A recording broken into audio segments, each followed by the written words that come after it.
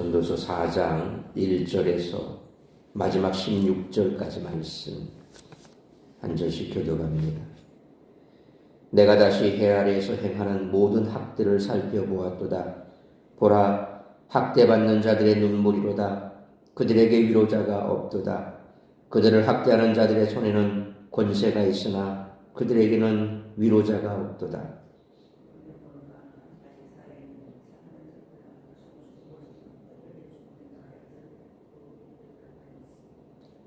이 둘보다도 아직 출생하지 아니하여 해 아래에서 행하는 악한 일을 보지 못한 자가 더 복되다 하였노라.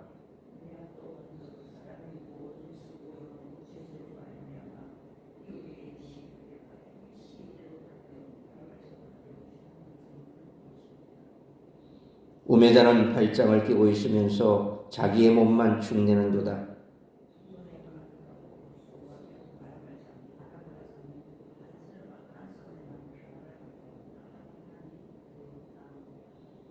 내가 또다시 해 아래에서 헛된 것을 보았도다.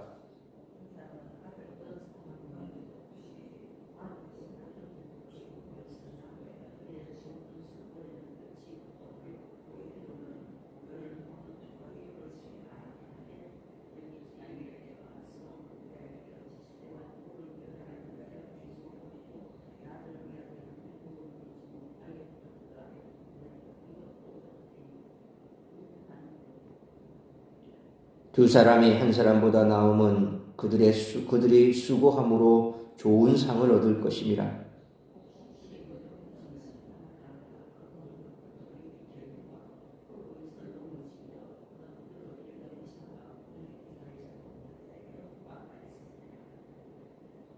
또 두 사람이 함께 누우면 따뜻하거니와 한 사람이면 어찌 따뜻하랴.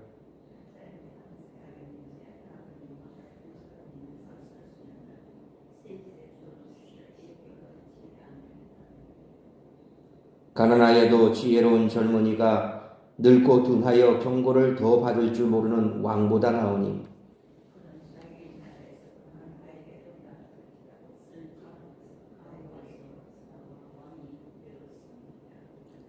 내가 본즉 해 아래에서 다시는 인생들이 왕의 다음 자리에 있다가 왕을 대신하여 일어난 젊은이와 함께 있고 그의 치리를 받는 모든 백성들이 무수하였지라도 후에 오는 자들은 그를 기뻐하지 아니하리니 이것도 헛되어 바람을 잡는 것이로다.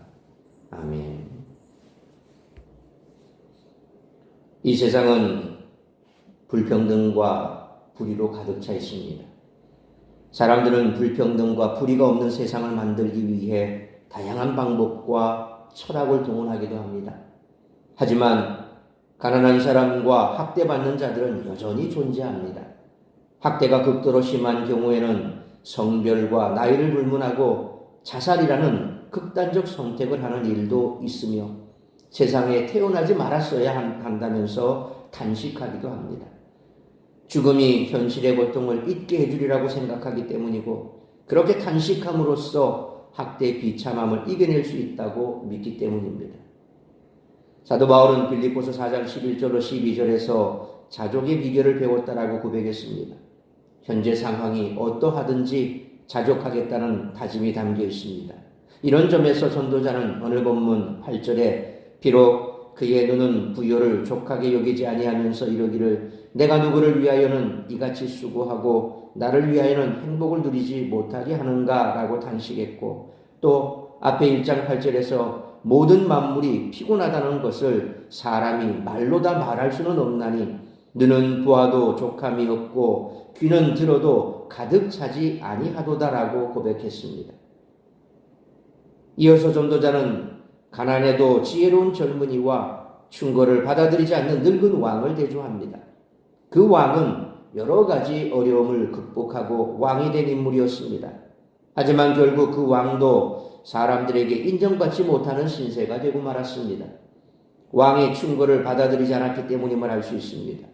충고를 들으면 마음이 아프기는 하겠지만 기꺼이 충고를 듣고 사랑하는 것이 지혜로운 태도인 줄 믿습니다. 이장과 같이 전도자는 이제 학대와 눈물, 수고와 시기에 대해 다룹니다. 어제 새벽에 살펴본 3장 16절로 22절 말씀에서 하나님이 주시는 즐거움으로 마무리한 것처럼 오늘 본문을 위로자와 동행자에 대한 언급으로 마무리합니다. 본문은 1절에서 위로자가 없도다라는 탄식으로 시작해 후반부에서 위로자라고 할 수 있는 존재를 소개하는 독특함을 보이고 있습니다. 따라서 이와 같은 오늘 본문의 말씀을 통해 우리들이 깨달아야 할 것은 첫째로 1절로 8절 말씀처럼 성도는 위로와 소망을 전하는 자로 살아야 한다는 것입니다. 전도자는 1절 말씀처럼 이제 세상에 존재하는 학대와 눈물을 다룹니다.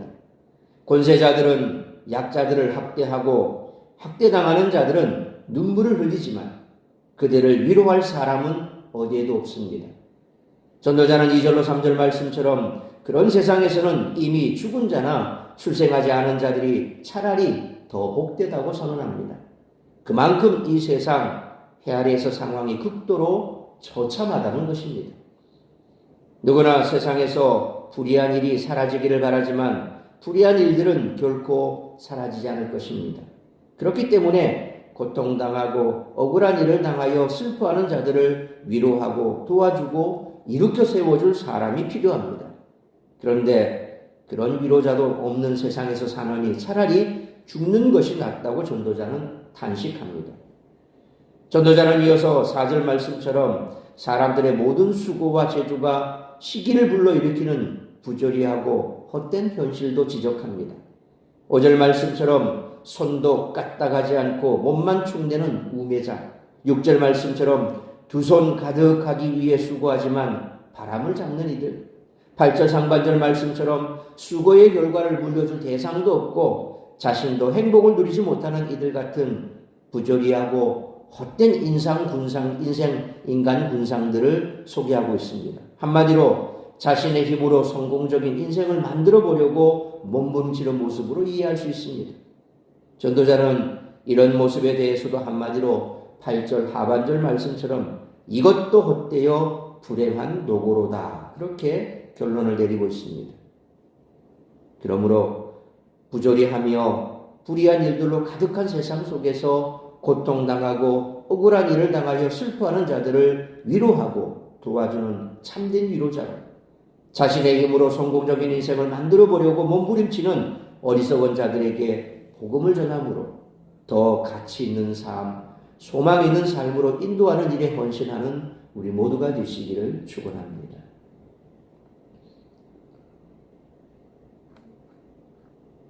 두 번째로 9절로 12절 말씀처럼 혼자보다 둘 이상이 함께하는 것이 더 낫다는 것입니다. 전도자는 어조를 바꾸어 두 사람이 함께하는 유익을 말합니다. 앞단락에서 말한 헛되고 불행한 노고는 어쩌면 혼자이기 때문에 필연적으로 겪어야 하는 운명일 수 있습니다. 하지만 적어도 두 사람이 함께한다면, 동행자가 있다면 훨씬 덜 불행할 것입니다. 9절 말씀처럼 둘이 합력해서 더 좋은 상을 얻고, 10절 말씀처럼 넘어지면 붙들어 일으켜주고, 11절 말씀처럼 둘이 함께 누워야 따뜻하고, 12절 말씀처럼 힘을 모아 원수를 대적할 수 있습니다. 그러나 둘이 함께하면 인생의 모든 허물을 해결할 수 있다라고 전도자는 말하는 것이 아닙니다. 문맥상 세상에 부조리와 불의함이 가득하기 때문에 혼자보다 둘 이상이 함께해야 그나마 낫다는 사실을 말씀하고 있는 것입니다. 그러므로 믿음 안에서 같은 소망을 가지고 함께하는 동반자, 친구, 가족, 사역의 동력자가 우리 인생에 얼마나 귀한 존재인지를 잊지 말고 함께 믿음의 경주를 이어갈 수 있는 우리 모두가 되시기를 축원합니다.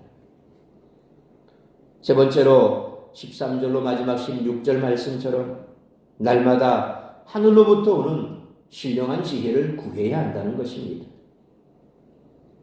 전도자는 13절 말씀처럼 이제 두 사람의 대조를 통해 교훈합니다. 14절로 16절 말씀처럼 가난하지만 지혜로운 젊은이와 늙고 둔하여 경고를 받지 않은 왕입니다. 이러한 대조는 결국 지혜가 유익하다는 교훈으로 이어집니다. 1장 16절로 18절에서는 지혜가 헛되다고 말했지만 본문에서 긍정적으로 말하는 지혜는 하나님이 주시는 지혜라고 볼 수 있습니다. 하늘로부터는 신령한 지혜를 얻은 자는 세상에 말하는 좋은 것들이 없다 할지라도 그 지혜로부터 많은 유익을 얻을 수 있다는 것입니다. 그러므로 불의와 부조리, 헛된 것들로 가득한 세상 속에서도 날마다 하늘로부터 오는 신령한 지혜를 구함으로 승리하는 삶을 살아가는 우리 모두가 되시기를 축원합니다. 사랑하는 성도 여러분, 전도자는 1절로 3절에서 학대와 눈물을, 4절로 8절에서 수고와 시기에 대한 내용을 통해 계속 세상의 부조리와 헛됨을 지적합니다.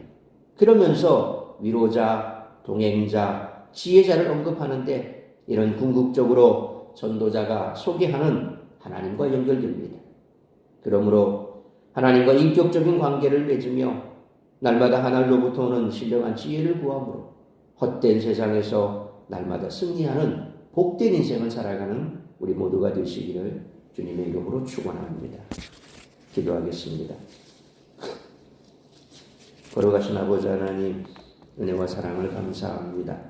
오늘 이 새벽을 깨워 말씀으로 예배로 하루를 시작하게 하시니 감사합니다. 오늘 전도자가 바라보았던 그 세상, 오늘날 우리가 바라보는 세상과 별반 다를 바가 없다는 것입니다. 수천 년의 세월이 지났지만 그럼에도 인간은 하나도 변한 것이 없습니다. 이 땅에는 불의와 부조리가 가득하고 학대하는 자와 학대받는 자가 있고, 그래서 세상에는 끊임없는 고통의 소리가 메아리칩니다. 이런 세상 속에서 우리가 누군가에게 도움이 되고 또 누군가에게 위로자가 되고, 그래서 그들이 다시금 살 수 있는 그런 세상으로 인도할 수 있다면 그것만큼 가치 있는 일 또한 없을 것입니다. 우리도 역시 세상 사람들처럼 소망 없는 삶을 살았던 자들입니다. 예수 그리스도를 만나기 이전 우리의 삶에도 소망이 없었습니다. 그저 흘러가는 대로 세상 사람들처럼 그렇게 흘러가는 삶을 살다 주 예수 그리스도를 만남으로 이제 우리의 삶의 방향이 달라졌고, 우리의 삶의 목적이 달라졌고, 우리의 삶의 질이 달라졌습니다.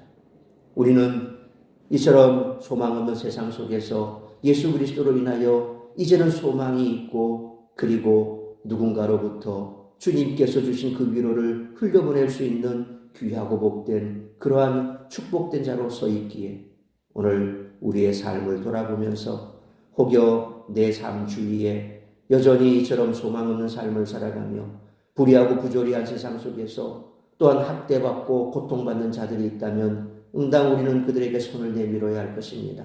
우리가 주로 말미암아 받았던 그 놀라운 위로와 소망을 그들에게도 흘려보내야 할 것입니다. 그것이 우리가 이 땅 가운데 살아가는 가치요, 또한 해야 될 당연한 우리의 삶의 일이라고 할 것입니다. 복음을 듣지 못하여 소망 없는 자들에게 복음을 흘려보내고, 또한 여러 가지 많은 어려움 가운데 있어 좌절하고 낭망한 자들에게 이 땅에 있어야 살만한 가치가 이 땅에는 있지 않고 오직 하늘에 있다는 사실을 그들에게 일러주어 그들 역시도 소망 없는 세상, 불의와 부조리가 가득하고 학대가 가득한 이 땅 속에서도 다시금 한 줄기 빛을 붙들고 살 소망을 얻을 수 있는 그와 같은 축복의 통로로 쓰임받는 우리 성도들의 삶이 되게 하여 주옵소서. 오늘 이 한날도 나를 통하 이루고자 하는 하나님의 뜻을 이루며 이 땅 가운데서 빛과 소금의 역할을 감당하는 은혜의 한날, 축복의 한날을 살아가며 오늘도 우리가 이처럼 세상 속에서 승리하는 그러한 삶을 살아가는 우리 성도들의 삶이 될 수 있기를 간절히 빌고 소원하오며 이 모든 말씀 우리 주 예수 그리스도의 이름으로 기도하옵나이다. 아멘.